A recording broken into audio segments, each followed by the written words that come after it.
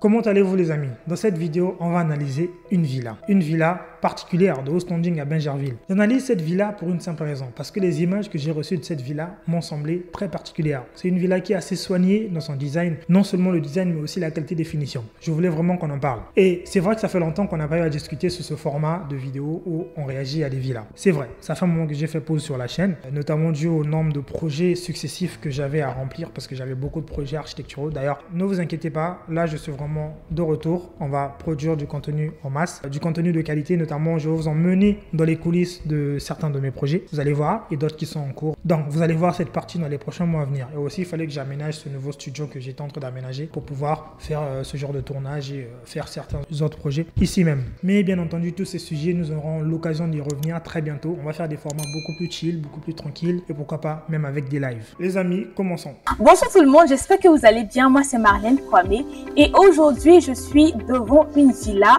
C'est un haut standing de 6 pièces avec un rooftop. Venez, on la découvre Ça, je pense que c'est une agence immobilière qui fait ce genre de visite de villa. Ensemble. Tout d'abord ici. Donc là, déjà, on est à la face de la villa. On est en surface, hein, sur la face avant. On va remarquer qu'on a une porte.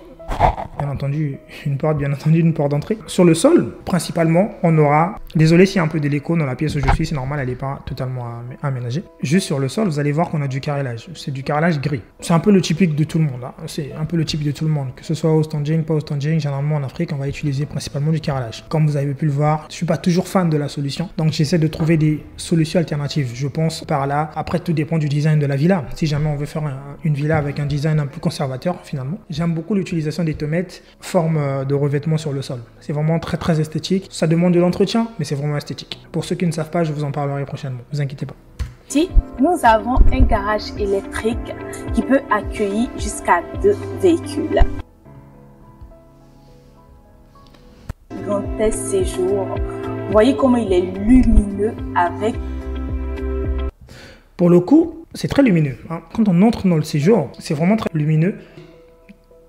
Toute la paroi, il y a des baies vitrées. Et cette autre partie ici, de ce côté-ci, où on a aussi, à l'entrée, hein, justement, de la lumière, donc des baies vitrées. Donc, ce qui veut dire que la lumière, elle est transversale, comme ça. Elle passe comme ça dans l'appartement. Et ça permet aussi un bon rafraîchissement de l'appartement parce que quand tu as des ouvertures des deux côtés, ça permet au renouvellement de l'air de façon naturelle à l'intérieur.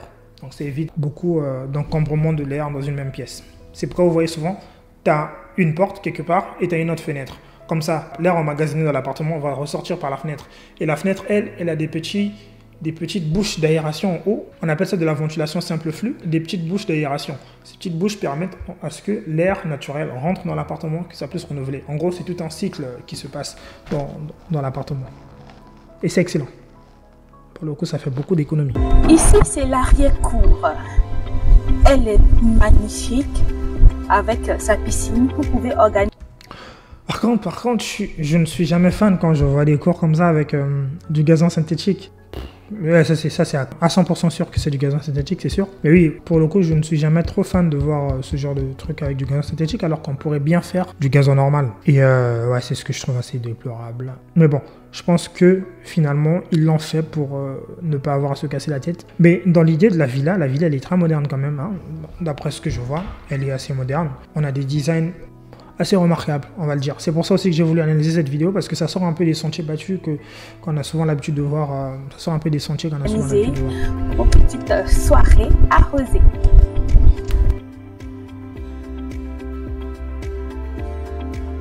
Ici, c'est l'espace qui donne lieu à la cuisine. En fait, ce qui est excellent ici, c'est quoi? C'est le fait d'avoir mis le vitrage à des endroits clés. C'est-à-dire qu'on a l'endroit de la cuisine, on a du vitrage qui permet de faire entrer la lumière. Cette même lumière, elle fait pénétrer de tout l'autre côté. En fait, c'est tout l'angle, hein, tout l'angle. Je pense que si vous avez vu l'une de mes vidéos sur la Villa Laguna, une villa qu'on est en pleine phase de conception à Abidjan, enfin principalement un peu plus loin d'Abidjan vers Assini, c'est ce même principe. Enfin, pas ce même principe exactement, mais moi je suis allé encore plus loin dans ce principe où vraiment, on est dans du vitrage sur plusieurs endroits pour pouvoir permettre à la fois le renouvellement de l'air, mais aussi une entrée de lumière constante tout au long de la journée. Je vous l'avais dit, on est en Afrique, c'est toujours bien d'ouvrir au maximum pour pouvoir absorber l'air et aussi faire rejeter l'air. En gros, on fait rejeter l'air généralement par le toit ou bien par les petites ouvertures dont je vous ai parlé. Ça permet le renouvellement d'un cycle de l'air. Beaucoup de gens d'ailleurs me demandent ce que je fais et beaucoup de gens ne savent pas ce que je fais comme prestation. D'ailleurs, moi, je suis architecte, je conçois les plans architecturaux, on accompagne les clients. Donc, si vous voulez rejoindre mon accompagnement, vous avez un projet de construction dans le futur, dans le présent, dans l'avenir, maintenant, les plans, c'est la base. Quand tu as des plans, tu peux faire des plans sur 10 ans, sur 5 ans, sur 15 ans, tu sais comment sera ta maison. Ce qui manque à beaucoup de personnes, c'est l'objectivité, c'est les plans. Ils n'ont pas la vision de ce que va donner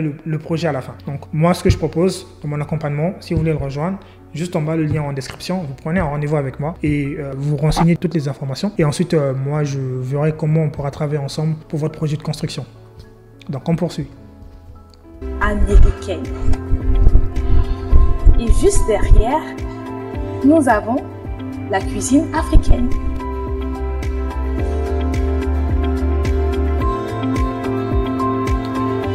Oui, ça ne m'étonne pas beaucoup parce que c'est du home-staging. Le problème, c'est que beaucoup de personnes veulent construire des maisons.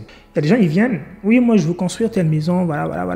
Sauf que la personne, elle vient avec des critères d'une maison de home-staging. Mais la personne me dit, oui, moi j'ai pas beaucoup de budget. En fait, quand on n'a pas beaucoup de budget, il faut se limiter à une maison normale. Je vous donne un exemple. C'est pas tout le monde qui a une maison avec une piscine. Pour avoir une piscine dans sa maison, il faut au minimum avoir un certain niveau de vie. C'est-à-dire que la piscine, il faut la nettoyer, la piscine, il faut la remplir. C'est beaucoup de dépenses, beaucoup d'argent. La creuser et tout le reste. Et donc, on rentre déjà dans un autre staging quand tu cherches une piscine dans une maison. Tu rentres déjà dans du home-staging à ce moment-là. Il n'y a pas du milieu, non. Sinon, tu t'achètes des toboggans ou vous mettez de l'eau dedans. Pour les gens qui veulent déjà avoir une piscine, c'est que c'est des gens d'une autre classe sociale. Et donc, ce qui veut dire qu'il faut être en concordance avec son budget. Tu vas pas venir avec un budget de 50 millions, tu veux une maison, 4 chambres. Et puis, c'est ces mêmes personnes qui demandent des maisons avec plusieurs chambres. Donc, les gens veulent plusieurs chambres. Toutes les prestations de haut de gamme, parce que moi, je suis beaucoup dans le milieu de luxe. Donc, quand on voit jacuzzi, spa, ces deux mondes-là, c'est... Quand on parle de jacuzzi spa, là on est déjà dans le luxe. Quand on parle de home-staging, on commence à monter dans les gammes piscines, etc. D'ailleurs, sur le programme que je suis en train de préparer, le plan ultime clé en main, vous allez voir, je vous en parlerai très prochainement. C'est vrai que je dis souvent très prochainement, mais c'est vrai que ça va venir. C'est vrai que ça va venir. C'est juste que les choses prennent du temps. Les bonnes choses prennent beaucoup de temps à se développer. C'est pour ça que, voilà. Sinon, il y a du bon programme qui arrive.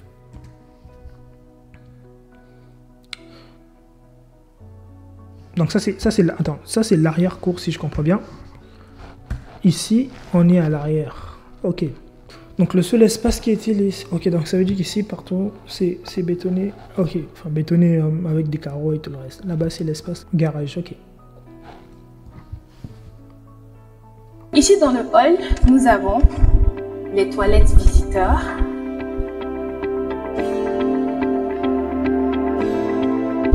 Et juste en face des toilettes visiteurs, nous avons cette chambre qui est magnifique et elle est autonome avec sa salle d'eau, toilette et salle de bain.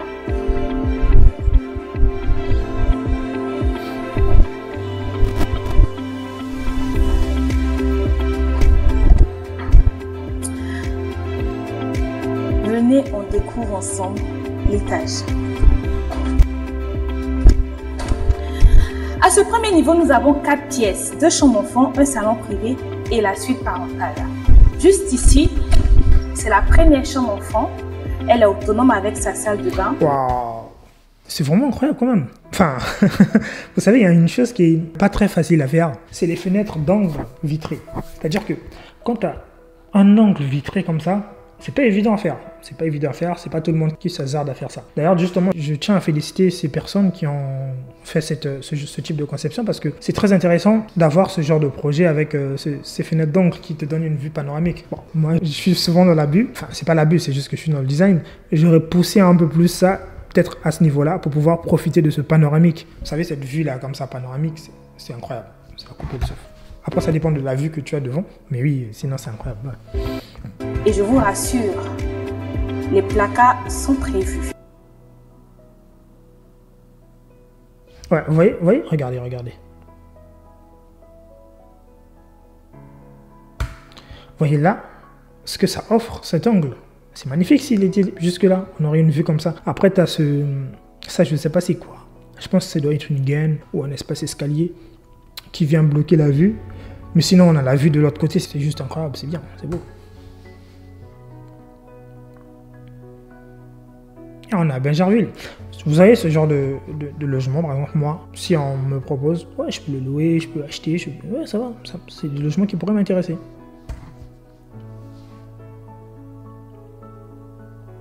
Et juste ici, c'est cet espace qui fera office de salon privé. Et juste à côté, nous avons la deuxième chambre enfant. Elle est autonome. Bon, là, il faut se projeter.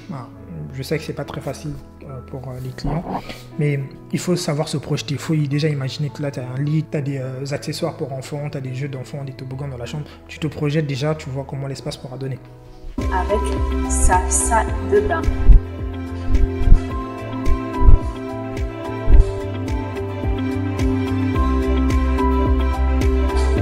Ici, nous avons la magnifique et spacieuse suite parentale. Elle est lumineuse avec la lumière du jour. Et juste à côté, nous avons ce magnifique dressing avec beaucoup de rangements. Tout ça, ce sont des armoires. Juste ici, nous avons la salle de bain, magnifique salle de bain de la suite parentale avec... Comme je l'ai souvent dit, les salles de bain, c'est souvent les endroits un peu en Afrique où on néglige. Voilà. C'est des endroits qu'on néglige un peu, les salles de bain. On les fait juste comme ça. Voilà. Vous voyez, là, on a une salle de bain rectangulaire. Là, on a la baignoire au fond. On a la lumière. Ce qui est bien, c'est qu'il y a déjà la fenêtre qui donne sur la baignoire, c'est bien. Ensuite, il y a ça à la douche. La salle de bain, c'est vraiment un espace où, quand je peux me le permettre, je m'arrange à créer un scénario. Je m'arrange à créer quelque chose dans la salle de bain. C'est-à-dire que je m'arrange à créer de la poésie. Vous avez une salle de bain avec une baignoire. Cette baignoire, on dirait une baignoire d'enfant. Non, vraiment une baignoire vraiment toute fine, en s'inspirant des designs italiens. Une baignoire vraiment toute fine, simple, avec un robinet au coin, mais vraiment laissé à vide comme ça. C'est-à-dire que quand tu rentres, non mais c'est tout un scénario, c'est toute une histoire la salle de bain. Hein. Si je me mets à vous raconter l'histoire de la salle de bain, on va passer toute la journée à faire un live dans lequel on parlera de la salle de bain. Non, mais c'est juste pour vous dire que le bain, c'est vraiment un endroit où on se repose. Moi, souvent, quand je dois prendre un bain, je m'assois, je suis là, tranquille. C'est un moment où j'ai le plus de bonnes idées. Il y a même des idées, vous ne le saurez pas, mais il y a même des projets que j'ai eu à faire, que j'ai eu à concevoir, qui me sont venus au moment où je prenais un bain. Donc, au moment où je prenais un bain, j'ai sorti un petit bout de crayon parce que, normal. C'est une baignoire. Une fois, je me rappelle. J'ai commencé à gribouiller une idée, un schéma, un musée enterré. Et voilà, donc dans le bain, c'est vraiment quelque chose qu'il ne faut jamais négliger et qu'il ne faut pas prendre à la légère. Donc il faut au maximum, créer un scénario dans la salle de bain. Souvent, quand je vends quelque chose, un projet à un client, je lui vends aussi la salle de bain. Je lui montre la salle de bain. Regarde, voilà comment est la salle de bain. Regarde. Je pense que si je vous montre une image, voilà, je vous montre cette image-là, c'est une salle de bain d'une villa de luxe qu'on a eu à faire. Mais là, on est vraiment dans le cas d'une villa de luxe. Hein. Ça, c'est quand je travaillais dans un ancien boulot où on travaillait dans des villas de luxe de ce type qu'on a eu à faire. Et donc, vous voyez, la salle de bain est scénarisée. Vous avez la présence de la lumière qui rentre. Vous avez vraiment le moindre détail sur la perspective. Vous avez tout ça. Et ça contribue à vendre la chose. Mais vraiment.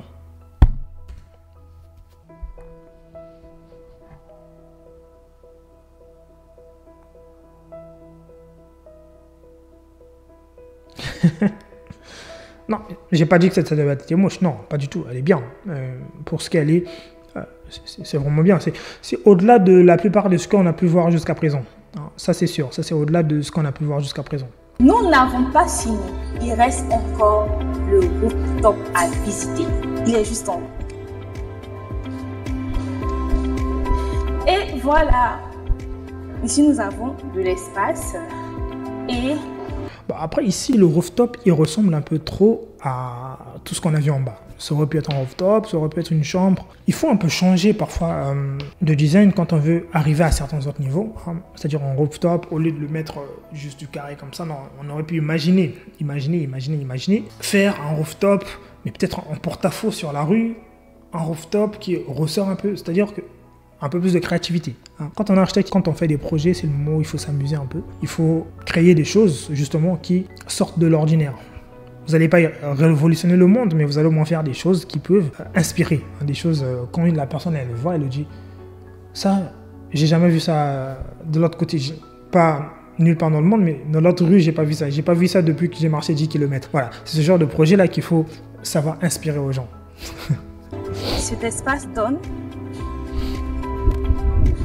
sur une magnifique vue. Pour le coup, la vue, elle est pas mal. Ouais. La vue, elle est vraiment pas mal.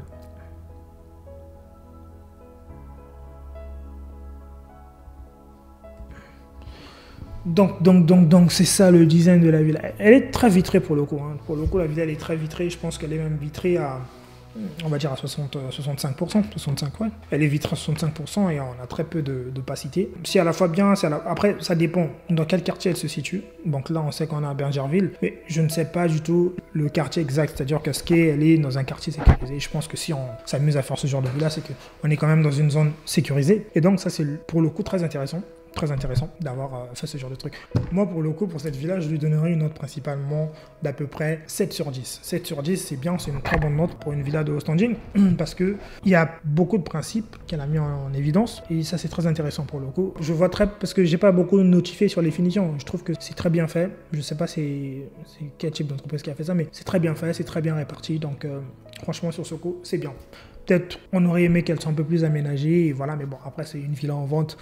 Ça se comprend, ça se comprend. Moi, je lui donne donc la note de 7 sur 10. Dites-moi en commentaire, vous, ce que vous lui donnez comme note pour cette villa. Et dites-moi aussi en commentaire quel type de format de vidéo vous voulez voir. Est-ce que vous voulez aussi des vidéos dans lesquelles je vous emmène dans mon processus de conception, de réflexion d'un projet architectural, de A à Z, un peu comme je l'avais déjà fait une fois sur la chaîne? Est-ce que vous voulez qu'on fasse aussi des podcasts ou est-ce que vous voulez qu'on fasse des lives? Dites-moi en commentaire quel type de contenu vous voulez voir de nouveau sur la chaîne. C'était Sagesse Boutou. N'oubliez pas, si vous voulez travailler avec moi, si vous avez un projet de construction, vous voulez construire une maison, une villa, peu importe, des personnes qui veulent construire dans les médias ou bien dans les 2 prochaines années, qui veulent un plan, bien entendu. Si vous voulez un bon plan concocté, n'hésitez pas à nous contacter. Le lien est en description. Vous prenez un rendez-vous, vous recevrez normalement un rendez-vous.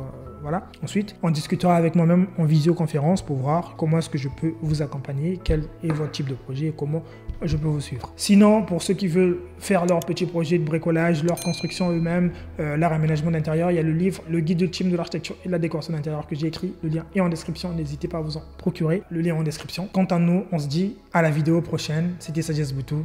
À bientôt.